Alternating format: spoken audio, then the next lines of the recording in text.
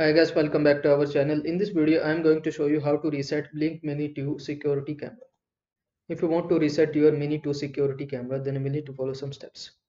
Blink Mini 2 has a reset button on the bottom side of the camera where the mount connects.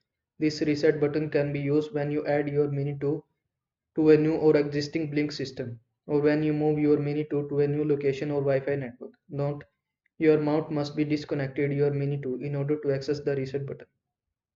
A red light on Mini to indicate that the camera is not connected to the internet. If your Wi-Fi router is functioning properly, then reconnect it to your Wi-Fi network. Note: press the reset button while Mini 2 is plugged in and receiving power. When a Mini 2 display a solid red light, a long press of the reset button more than 5 seconds will reset the camera and enter setup mode. When blue light slowly blinks, the camera is ready to be added to a system.